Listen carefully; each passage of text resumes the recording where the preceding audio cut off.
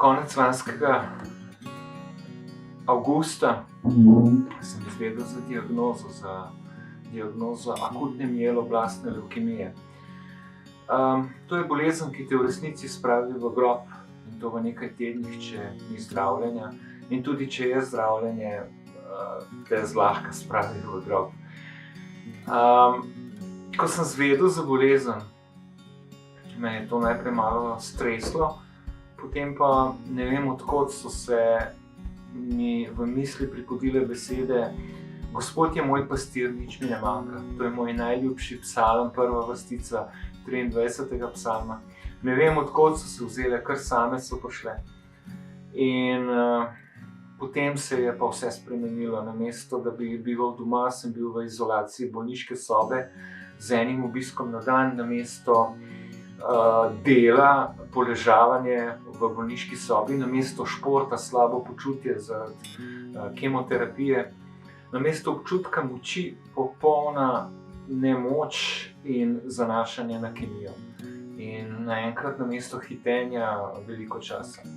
Podobno pravzaprav v izolaciji, ki jo doživljamo sedaj zaradi koronavirusa, samo huje.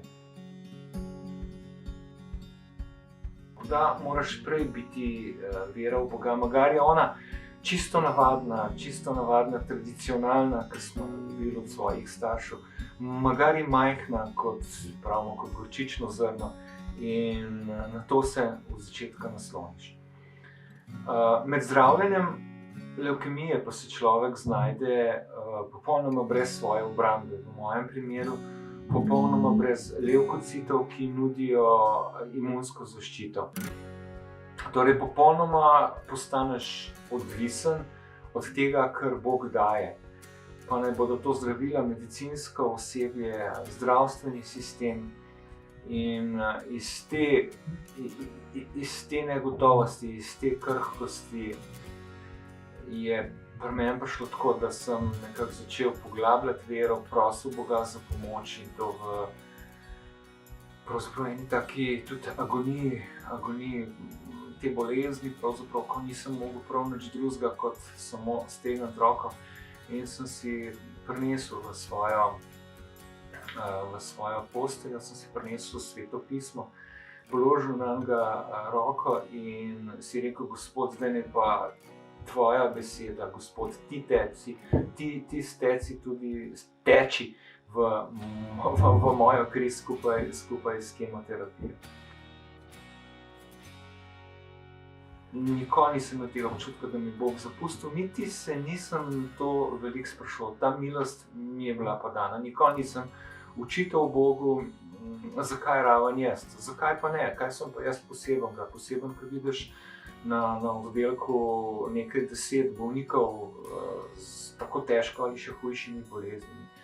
Jaz zaupam v Gospoda, on je dober oče, on ima dober načrt zame in ima dober načrt za vsakogar. Samo s človeškega vidika včasih to ne izgleda tako, ampak nekako sem se spomnil na te besede iz preroka Izaija, da njegove misli niso naše misli in naše poti niso njegove poti.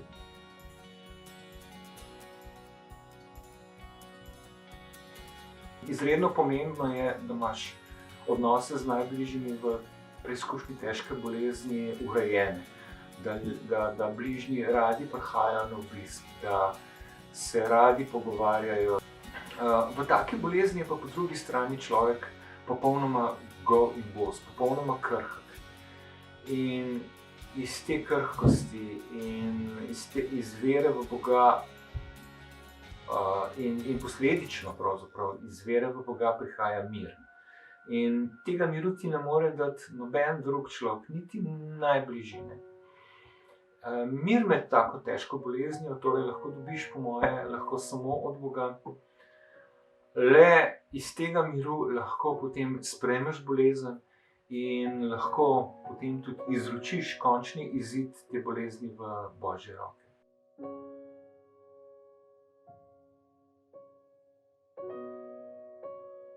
Jasno, da so bile prošnje na prvem mestu, ampak tudi prošnje za druge, za vse moje molilce. Namreč v družini življenju so sprožili veliko molilno akcijo za mene, v župniji prav tako. Meni se je zdelo, da pol Slovenije moli zame. In jaz sem nenadoma začel moliti za te svoje molilce, da jim Bog pomaga, da uredijo svoje odnose, da so pripravljeni tudi na take bolezni, da uredijo odnose zakonci med seboj, zakonci z otroci in pa tudi mi s svojimi starši. Zahvaljevanje med boleznijo je pa težko, med težko boleznijo še izrazito težko. Kako se človek zahvaljevati za levkemijo, kako se človek zahvaljevati za bolečine med kemoterapijo, ki te tako zmatra. Kako se zahvaljevati za večmesečno izolacijo.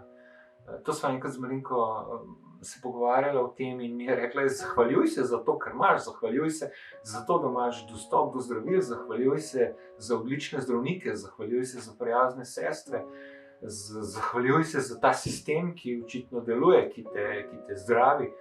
In začel sem se najprej za to zahvaljevati in šele mnogo kasneje tudi za levkemijo, ki mi je pomagala do mnogih spoznanj. Šele tu sem dobro razumel besede iz prvega pisma Tesaloničanom, ko pravi: zmeraj se veselite, ne prenehamo molite, vsem se zahvaljujte.